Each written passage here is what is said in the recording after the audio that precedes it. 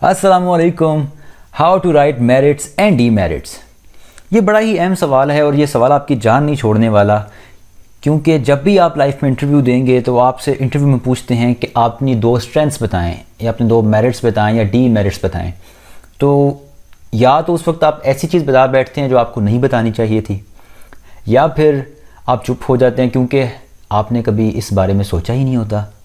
तो ये video specifically उन लोगों के लिए है जो ISSB देने जा रहे हैं, क्योंकि दूसरे दिन जब सब रिटन टेस्ट होंगे तो उसमें जो आखिरी सवाल है वो मेरिट्स एंड डीमेरिट्स का है कि आपने अपने मेरिट्स और डीमेरिट्स लिखने हैं। अब ये सवाल डिफरेंट अंदाज में पूछा जा सकता है।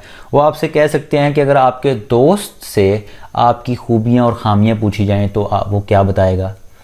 ये भी पूछ सकते हैं कि अगर आपके दुश्मन से आपके बारे में पूछा जाए तो वो आपके बारे में क्या बताएगा। तो ये हैं मेरिट्स और डीमेरिट्स से डिफरेंट अंदाज से पूछा जा सकता है, लेकिन आपने सिंपली अपने मेरिट्स और डीमेरिट्स लिखने हैं। तो बजाय इस सवाल से भागने के इसे आज सीख लेते हैं कि इसे कैसे टैकल करना है इन सवालों को। इंशाल्लाह इस वीडियो से आपको काफ़ी फ़ायदा होगा।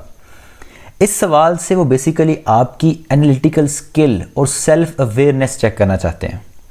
मसला हमारा ये है कि हम दूसरों की अच्छी बुरी आदत पर हमेशा जजमेंटल रहते हैं, पर हमने कभी अपना तज्ज़िया नहीं किया होता।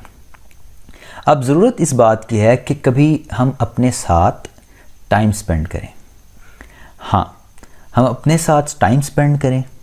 आप अपनी स्ट्रेंथ्स और वीकनेसेस फाइंड करें, क्योंकि अगर आप अपनी स्ट्रेंथ्स फाइंड नहीं करेंगे तो आप उस पर मज़ीद काम नहीं कर सकेंगे, और अगर आप वीकनेसेस जो हैं फाइंड नहीं करेंगे तो आप उसको अपनी लाइफ से रिमूव नहीं कर सकेंगे। और ये भी बड़ी अहम बात है कि हमें अपनी वीकनेसेस या डीमेरिट्स को एक्सेप्ट करना पड़ेगा कि हाँ, ये हमारे अंदर हैं। अब आपने ध्यान से ये मेरिट्स या डीमेरिट्स लिखने हैं। इनकी बेस पर आपको वहाँ असेस किया जाएगा कि जो आप लिखेंगे वो GTO, डिप्टी प्रेसिडेंट और साइकोलॉजिस्ट सबके पास जाएगा। उस हिसाब से आपने जो मेरिट्स और डीमेरिट्स लिखे होंगे वो आपको असेस करेंगे क्या आया आपके अंदर ये क्वालिटीज़ हैं या नहीं।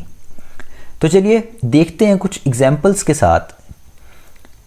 अब एक टिप मैं आपको दे दूं, मेरिट्स जो आपने लिखने हैं वो आपने इस तरह से लिखने हैं जो आपको लगता हो कि ये आपके अंदर ये क्वालिटी रिलेटिवली दूसरों से ज़्यादा है। ठीक है, एक टिप ये हो गई। दूसरा, जो लोग गलती करते हैं वो सबसे बड़ी गलती ये है कि 1 वर्ड मेरिट या डीमेरिट लिख कर आते हैं। अब ये आपके सामने है, फॉर एग्जांपल टॉकेटिव। अब जब डीमेरिट आप लिखेंगे तो वहाँ पे स्टूडेंट लिख देंगे टॉकेटिव। तो बजाय इसके कि आप 1 वर्ड लिखें, आप इसे एलेबोरेट करें। अब आपने टॉकेटिव लिख दिया, लेकिन वो इसे क्वांटिफाई कैसे करें, कैसे असेस करें कि भाई आप कितने बोलते हैं।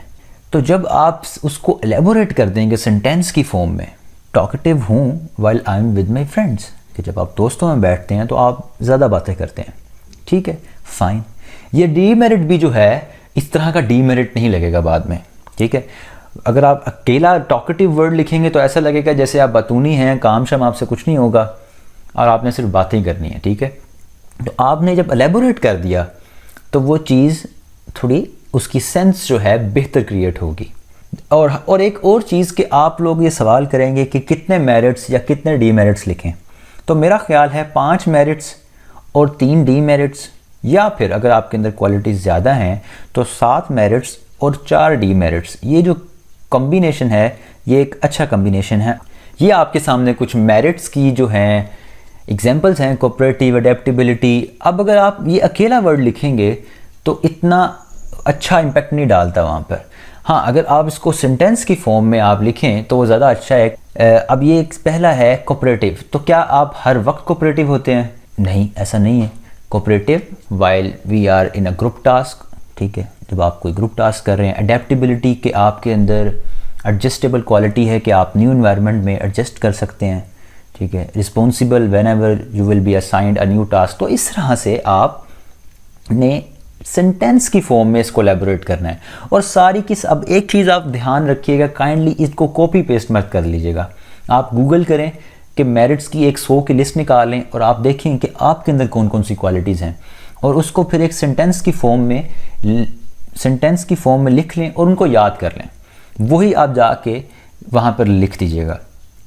अब कॉपी पेस्ट करने का मसला ये होता है कि आप कॉपी पेस्ट कर लेते हैं और वहाँ जाकर आप लिख देते हैं वो क्वालिटीज़ आपके अंदर होती नहीं है और इससे आपको मसला होता है और फिर वो आपको नोट रिकमेंड कर देते हैं। ठीक है, तो आपने इस चीज़ का ख्याल रखना है कि दूसरों की जो है कॉपी पेस्ट वाली आदत छोड़ दें। दूसरी चीज़ है डीमेरिट्स। मेरिट्स लिखना तो फिर आसान है, लेकिन डीमेरिट्स बड़ा मुश्किल है। अब लोग अक्सर बताते हैं कि आप लिखें कि आपकी हैंड राइटिंग जो है ख़राब है, या आप स्लो लिखते हैं, ठीक है, आप लेट सोते हैं। तो ठीक है, लिखना चाहें तो लिख लें, लेकिन मेरा ख्याल है कि जब इस तरह के आप डीमेरिट्स लिख रहे होते हैं तो बेसिकली आप अपनी मेजर जो हैं डीमेरिट्स उनको छुपाना चाह रहे होते हैं। तो आपने ऐसे डीमेरिट्स, आपने एक तो पहली बात कि सच्चे डीमेरिट्स लिखने हैं, लेकिन सच का मतलब ये नहीं है कि अगर आप क्या झूठ बोलते हैं, आप झूठ बोलते हैं तो आप लिखते हैं कि आई एम अ लायर। ठीक है, ऐसा नहीं लिखना, वो वाली चीज़ों को यहाँ बयान नहीं करना। हाँ, लेकिन कुछ ऐसे डीमेरिट्स जिससे किसी और को नुकसान ना होता हो, ऐसे डीमेरिट्स लिखने हैं जो बज़ाहिरन आपको डीमेरिट्स लग रहे हों, लेकिन जो पढ़ने वाला है आपका डीमेरिट उसको ये मेरिट लगे। फॉर एग्ज़ाम्पल, टेक टेंशन, कि मैं काम की टेंशन लेता हूँ, जब तक मेरा काम कंप्लीट नहीं हो जाता मैं उसको अपने ऊपर हावी करके उसको कंप्लीट करता हूँ, ये किया जा सकता है।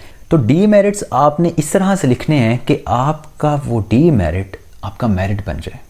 आप फिज़िकली अगर वीक हैं, आप उसको एक्सेप्ट करें कि हाँ मैं फ़िज़िकली वीक हूँ, लेकिन आप जो हैं आहिस्ता आहिस्ता अपने आप को बेहतर कर रहे हैं।